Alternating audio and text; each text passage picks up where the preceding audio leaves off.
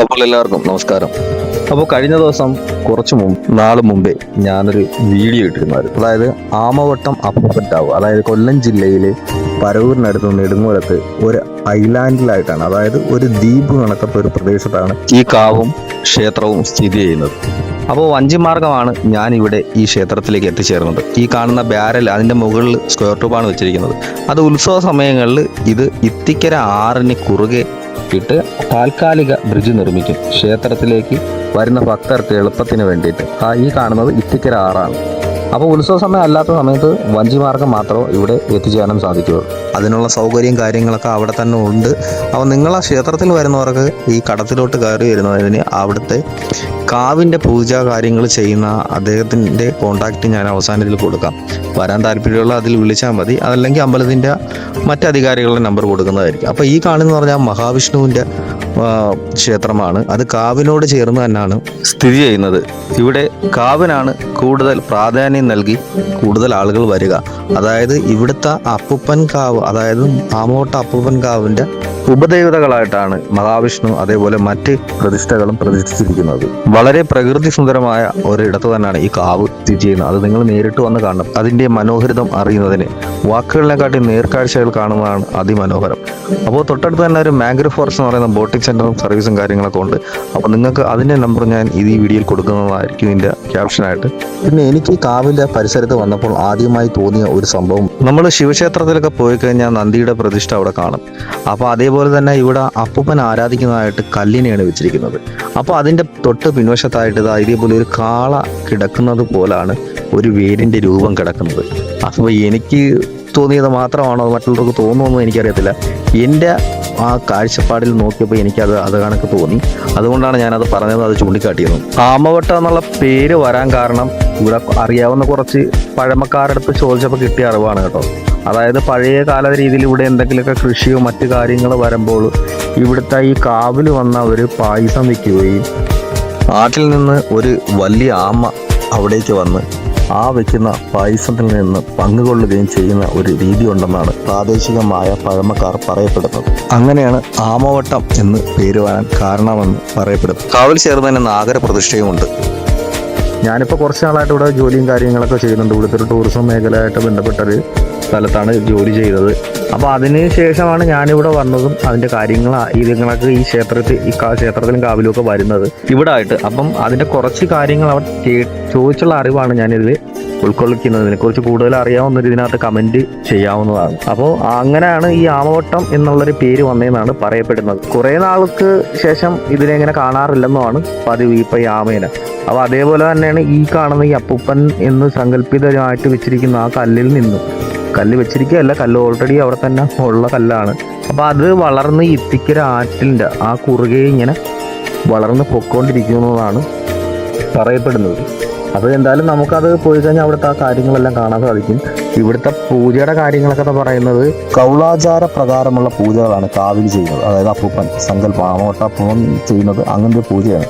അതായത് മദ്യവും മുറുക്കാനും അങ്ങനെയുള്ള വെച്ചിട്ടാണ് ഇവിടെ പൂജകൾ ചെയ്യുന്നത്. അപ്പോൾ അതേപോലെ തന്നെയാണ് ഇവിടെ വ്യാഴാഴ്ച ദിവസങ്ങൾ, അതായത് മലയാള മാസം ആദ്യത്തെ വ്യാഴാഴ്ചയാണ് മഹാവിഷ്ണു ക്ഷേത്രം ഇവിടെ ഉണ്ട്. അപ്പോൾ ആ ഒരു ക്ഷേത്രം തുറക്കുന്നത് അല്ലാത്ത ദിവസം 1-ാം തീയതിക്ക്, അതായത് മലയാള മാസം 1-ാം തീയതിക്കും നട തുറക്കപ്പെടും. അപ്പോൾ ആ കാവിൽ വരണമെന്നുണ്ടെങ്കിൽ രാവിലെ അല്ല, വൈകുന്നേരം 5 മണിയോടുകൂടി കഴിഞ്ഞ് വന്ന കടത്തിന് അവിടെ ആൾ കാണും. നിങ്ങൾക്ക് ഇപ്പുറം വരാം. അപ്പോൾ നിങ്ങൾക്ക് പറയാനുള്ള കാര്യങ്ങൾ, അത് മദ്യവും വെറ്റില അടയ്ക്കുകയും ചുണ്ണാമ്പും പൊയിലയും മുറുക്കാനൊക്കെ വെച്ച് ഉള്ള രീതിയിലുള്ള പൂജാകർമ്മങ്ങളാണ് ചെയ്യുന്നത്. അതായത് കൗളാചാര പ്രകാരം ആ പൂജാരീതികൾ കഴിഞ്ഞതിന് ശേഷം മഹാവിഷ്ണുവിന് ഒരു പാൽപ്പായസം അർപ്പിക്കുമ്പോൾ നിങ്ങൾക്ക് എന്തെങ്കിലും പ്രശ്നങ്ങളുണ്ടെങ്കിൽ അത് അകന്നു പോകുമെന്നാണ് വിശ്വസിക്കപ്പെടുന്നത്. കൂടുതൽ ആ വിശേഷങ്ങളും കാര്യങ്ങളും അറിയാൻ ഞാനിതിൻ്റെ അധികാരികളുടെ നമ്പർ ഞാൻ ഇതിൽ കൊടുക്കുന്നതായിരിക്കും. നിങ്ങൾക്ക് കോൺടാക്ട് ചെയ്യാവുന്നതായിരിക്കും. അപ്പോൾ ഇതിൻ്റെ ഉത്സവത്തിൻ്റെ കുറച്ച് കാഴ്ചകൾ ഞാനത് കാണിച്ചു തരാം കേട്ടോ. അപ്പോൾ കഴിഞ്ഞ വർഷം എടുത്ത വീഡിയോ ആണ് ഇത്. അപ്പോൾ ഈ വർഷം ഉത്സവം എന്ന് പറയുന്നത് ഈ മാസം മാർച്ച് 6-ാം തീയതിയാണ് അവസാനത്തെ ദിവസം ഉത്സവം.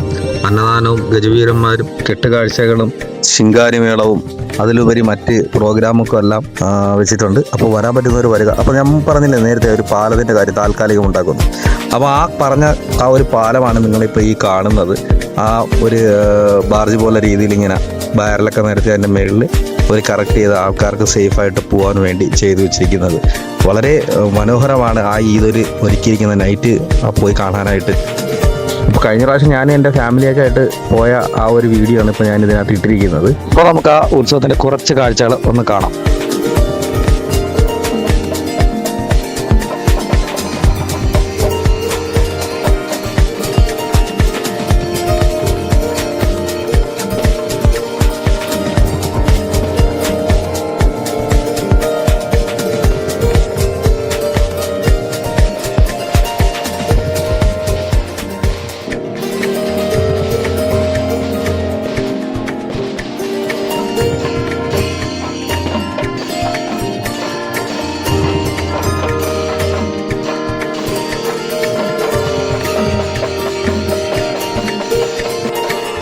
അപ്പോൾ കൗളാചാരം എന്ന് പറഞ്ഞാൽ എന്താണെന്നുള്ളത് ഞാൻ നിങ്ങൾക്ക് പറഞ്ഞുതരാം കേട്ടോ. എന്താണ് കൗളാചാരം? കൗളാചാരം എന്നത് ശാക്തേയമായ യോഗാചാരത്തിലെ തന്ത്രചാരം എന്ന് പറയും. ഒരു ഉന്നത സദാന മാർഗമാണ് ഇത്. മനസ്സിലെ വിഷമങ്ങളിൽ നിന്ന് വൈരാഗ്യഭാവത്തിലേക്ക് ഉയർത്തുന്ന യോഗീഭാവമായി കണക്കാക്കപ്പെടുന്നു. വാമചാര പ്രക്രിയകളിലൂടെയാണ് വിഷയങ്ങളെ അറിഞ്ഞ് അതിൽ ആസക്തിയിലാക്കുന്ന ഈ മാർഗം ഗുരുവിൻ്റെ ദീക്ഷണതയിലൂടെയാണ് ആചരിക്കേണ്ടത്. കൗളം എന്നാൽ അർത്ഥമാക്കുന്നത് കള്ളുകുടിയല്ല, മറിച്ച് മകാരം, മദ്യവും മാംസവും ഉൾപ്പെടെയുള്ള പഞ്ചകാരങ്ങളെ ഉപയോഗിച്ച് പൂജ നടത്തി വിഷയസുഖങ്ങളെ അതിജീവിക്കുന്ന യോഗീഭാവമാണ് കൗളം. ഇതിൻ്റെ പ്രക്രിയ എന്നത് വാമചാരത്തിലെ ബാഹ്യരാധയിലൂടെ ദ്രാവാസക്തിയെ അറിഞ്ഞ് മനസ്സിനെ ബോധത്തിലേക്ക് ഉയർത്തുന്നു. ലക്ഷ്യമെന്ന അനന്തഭൈരവനിൽ നിന്ന് അനന്തഭൈരവിക്ക് ലഭിച്ച ആ പ്രപഞ്ച രഹസ്യമാകുന്ന കൗളശാസ്ത്രത്തിലൂടെ സാധകനെ വൈരാഗ്യം ഉണ്ടാക്കുക എന്നതാണ് പറയപ്പെടുന്നത്. അപ്പോൾ കൗളാചാരവും കൗള എന്നൊക്കെ പറയുന്നത് ഇതേ കണക്ക ഈ പറഞ്ഞ കാര്യങ്ങളൊക്കെയാണ് അറിവ്.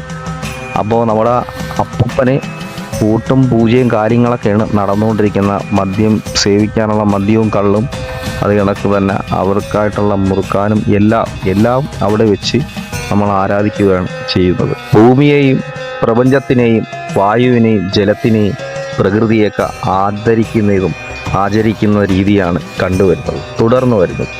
അപ്പോൾ ഇത് കാലങ്ങളായിട്ട് നടന്നു വരുന്ന പൂജാവിധികളും കാര്യങ്ങളുമാണ്. അപ്പോൾ നിങ്ങൾക്ക് ഈ പൂജയും കാര്യങ്ങളൊക്കെ കാണണമെങ്കിൽ ഈ മാസം ഈ വരുന്ന 6-ാം തീയതിയാണ് അവസാനത്തെ ദിവസ ഉത്സവം, അതായത് മാർച്ച് 6.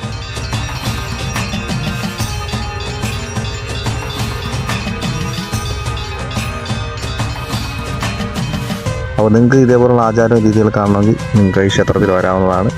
അപ്പോൾ എൻ്റെ ഈ വീഡിയോ ഇഷ്ടപ്പെട്ടവർ ദയവ് ഒന്ന് ലൈക്ക് ചെയ്യുക, ഷെയർ ചെയ്യുക, സബ്സ്ക്രൈബ് ചെയ്യുക, ഫോളോ ചെയ്യുക. എല്ലാവർക്കും നല്ലതേ നടക്കട്ടെ.